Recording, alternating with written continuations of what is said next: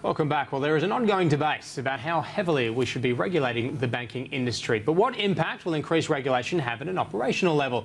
Bruce Nixon, CEO of Holocentric, is an expert in the field of business management, and he joins us now for more, I suppose, particularly in regards to compliance, because it's going to be obviously a huge issue for these financial institutions when we see changing regulations. Certainly been seeing it on a global stage. So how big an adjustment do you think is potentially coming for the likes of the banks with this focus on changing regulation?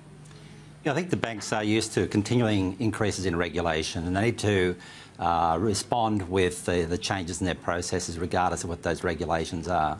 But with something like the Murray inquiry underway, there's no doubt going to be an increase in the regulation tightening up of their compliance obligations. So they have to be able to respond very effectively to that and have that embedded without making incremental increases in their costs and inefficiencies. So is it, despite some of the big ticket sort of regulatory changes like a Dodd-Frank's in the US or the Murray inquiry over here, is it a constantly evolving landscape for large financial institutions despite those big ticket inquiries? Yeah, absolutely. I think the complexity in financial institution increases all the time. Yeah. Technological change comes along, further compliance obligations, regulations change. Customer expectations are changing all the time, so they need to be able to respond to those and to be able to modify the way they work to meet those continuing more complex demands. Sounds difficult, though. I mean, to constantly stay ahead of this.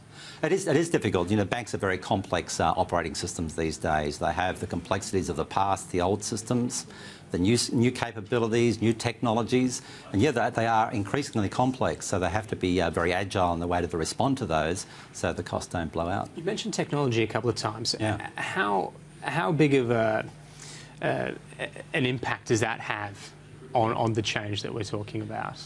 Well, if you think of a bank as a working system, there's a lot of interacting parts in a bank. So the technology that people utilise for their banking systems needs to be supported by the business processes behind the scenes, which need to be compliant with the regulations. And so when you look at all those different parts, it's a very complex ecosystem that needs to be supported in a banking environment. Is there ongoing behavioural changes as well internally to what is happening externally?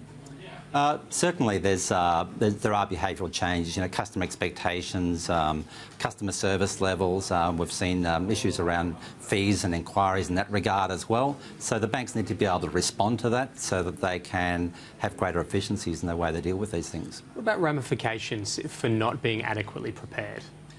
Yeah, I think one of the issues is that you're never quite sure what's next. What are the changes that are coming down the track? What are the changes in technology? What are the changes in regulations? But the banks certainly know there will be change, so best to be prepared for that. And if you take the precautions now, start getting a better understanding of how these different parts of the organisation work together so that you're in a much better position to respond to the change that is inevitable in any banking organisation. The difficulty, I would have thought, with that, though, is adequately preparing for something that you don't know what the outcome is going to be. Yeah, it's a very good point. And at Holocentric, we work with some more enlightened organisations who take more of the precautionary steps. So try and get ahead of the curve by building a model. So a model simulates how the organisation works, and if you can turn that into an operating system, then you can navigate that model. So if you map out the relationships between compliance obligations, business processes, how people use systems, you're in a much better position because you've got a better, much more useful corporate knowledge about your organisation, so you can implement change much more effectively. And so what is it then that Holocentric brings to the table? So we help to to manage the complexity.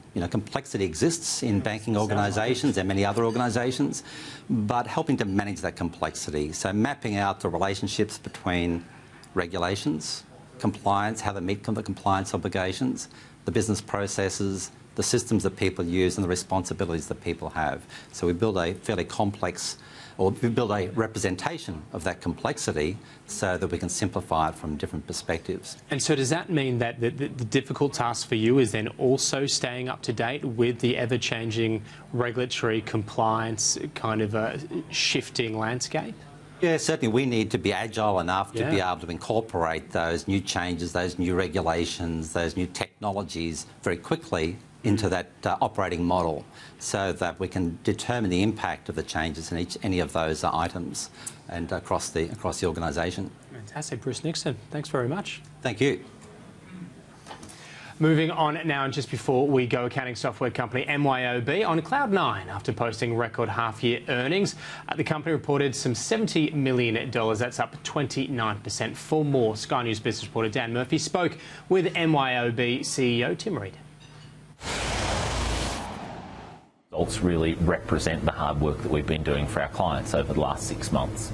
But if we have a look at the top line, $140 million in revenue, which is over 20% growth year on year from where we were for the first 6 months last year, which is fantastic and really representative of the number of new clients that we've brought into the business, and also those clients that are now using our cloud-based or online accounting solutions.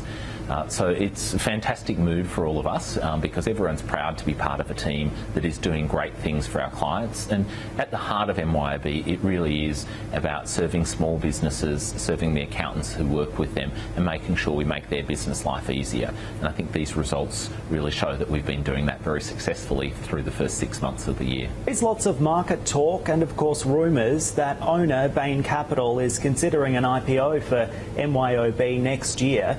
Can you confirm that for us? So I read about that, which is always interesting.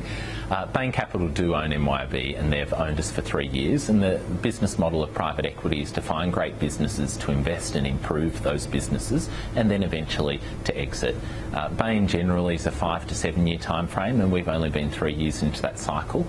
So I can assure you right now that the board is very focused on the business and very proud of the results that we're driving, and looking forward to what we've got coming up in the next 6 months, which I believe will deliver even greater value to our clients, which will be reflected in stronger results for us. So right now there is no focus on our business on an IPO. We are very focused on the operating business and making sure that we're doing a great job for our clients. In any case, has a timeline been set for listing? So absolutely, for a private equity firm, it is a goal to transition ownership to a new set of owners at some point in time, and that is Bain's goal for MYOB, and therefore as the company, it is our goal for ourselves as well. Whether that's through a listing or whether it's through a sale to another private equity firm or to a strategic buyer of some sort is not determined, and you know, frankly never would be up until the point where that transaction actually takes place. So it's not a goal per se to list, but there will be a sale of the business. That is the business model of private equity. The question is probably more around what type of a sale and when, and you know, right now we're not focused on it, so I'm not able to provide any more of a specific response. Some market watchers say that MYOB could be our next carsales.com or REA Group. What do you make of that sort of commentary, and what's your response? Look, I think that reflects the underlying performance of the business, that we have a very strong leadership position, that we are a strong and established brand, that we have high growth credentials, and I think if you look at the sort of plus 20% revenue growth and almost 30% EBITDA or profit growth in our business, then you can understand drawing those parallels, because they're fantastic underlying financial results for a business not dissimilar to the companies that you spoke about. I think if you looked at the size of the value of our organisation, it would probably also be in a similar range to those sorts of companies. So I don't think they're bad comparables, but again, you know, that's if we list at some point in the future. And just more broadly, looking at the results now, why is the acquisition of Pay Global a strategic fit for MYOB? Pay Global brings some really unique assets to our business that will enable us to strengthen our overall product offering. About 8 years ago, we decided to make the move from not just serving small businesses and accountants in practice, but really dedicate a team of people to medium-sized businesses, so small enterprises, some sort of 20 or 50 employees up to 200 to 500 employee businesses. And that's been a very successful part of our business. It's been the fastest growing part of our business over the last 5 years, but because our whole business is growing, today it represents just 8% of our business. And so one of the ways for us to increase the growth in that area is to acquire businesses who serve similar clients with products that are complementary to what our products in that area do. And that is it for the show this evening. Peter, of course, back tomorrow.